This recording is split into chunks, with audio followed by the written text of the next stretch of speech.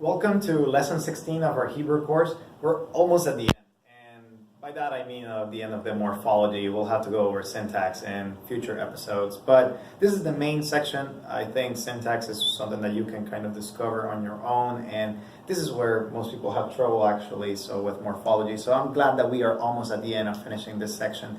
Please share again, and I really appreciate you guys watching this far. So we're going to go over stems. So far we have gone over tenses. So the tenses have suffixes or they have prefixes and suffixes, right? I want you to kind of remember that because the stems, they also have inherent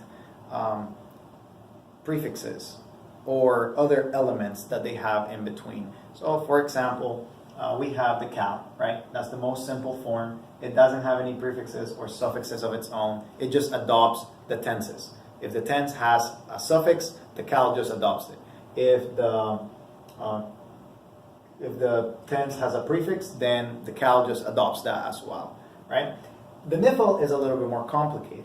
So the nifl has its own prefixes. So for example, for the perfect, the infinitive absolute, or the participle, it has a ni, the ni prefix, and then, or a nun prefix in this case.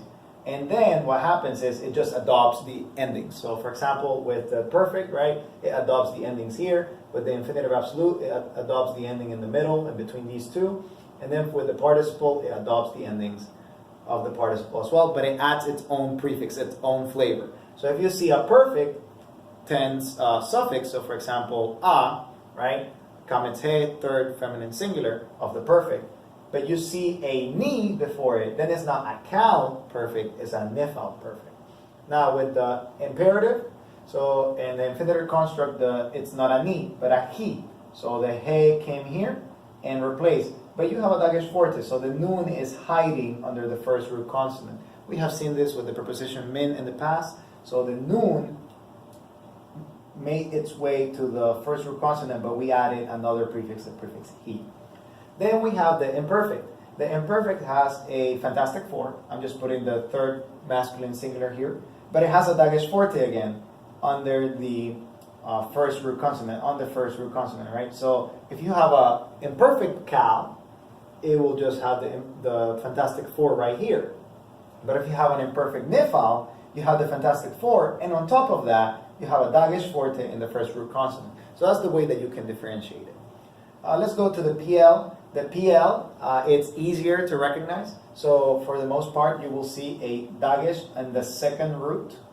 And then you can see a vowel. So you can guide yourself by some of the vowels as well. In this case, it will be a hirik or an A-class vowel. So either you have a hirik or an A-class vowel in the first root consonant and a dagesh forte in the middle.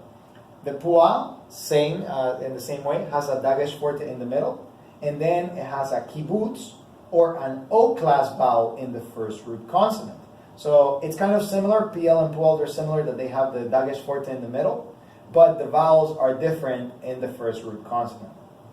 Now when we move to the hifil and the hofal, they have this he prefix, right? The he and the hu prefix right here.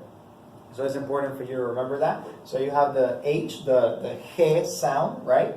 In both of these, but you have different vowels. And as you see, they're kind of related to the PL and the PUAL. The PL has the hirik or A class under the first root consonant, whereas the hifil has the hirik or the A class under the prefix.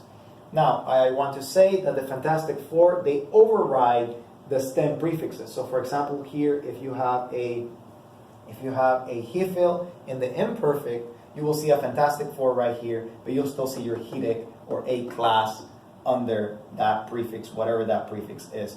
Another pointer of the hifil, like let's say that you miss your he, you will have the hirik yod. The hirik yod in between the second and the third can guide you to understand that this is a hifil. The hofal, same, has the he, but the kibbutz or the O class under the prefix. Same thing as the pual, but under the prefix, not under the first root consonant. So if you see those vowels under the prefixes, then that can guide you as to understand, hey, this is probably a hifil or hofal instead of a PL or a pual.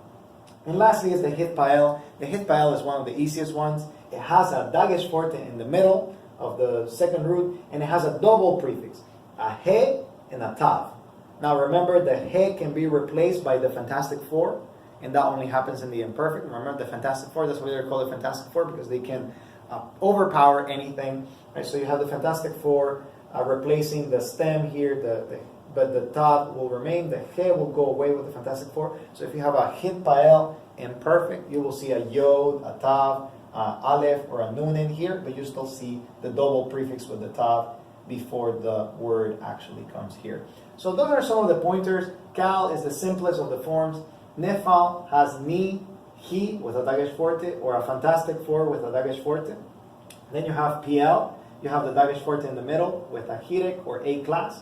Pual, dagesh forte in the middle, kibbutz or O class. Hifil, you either have the hirek yod in between the second and the third, or the he prefix or A class vowel. Hofal, he with a kibbutz or O class vowel. And then you have hitpael, double prefix.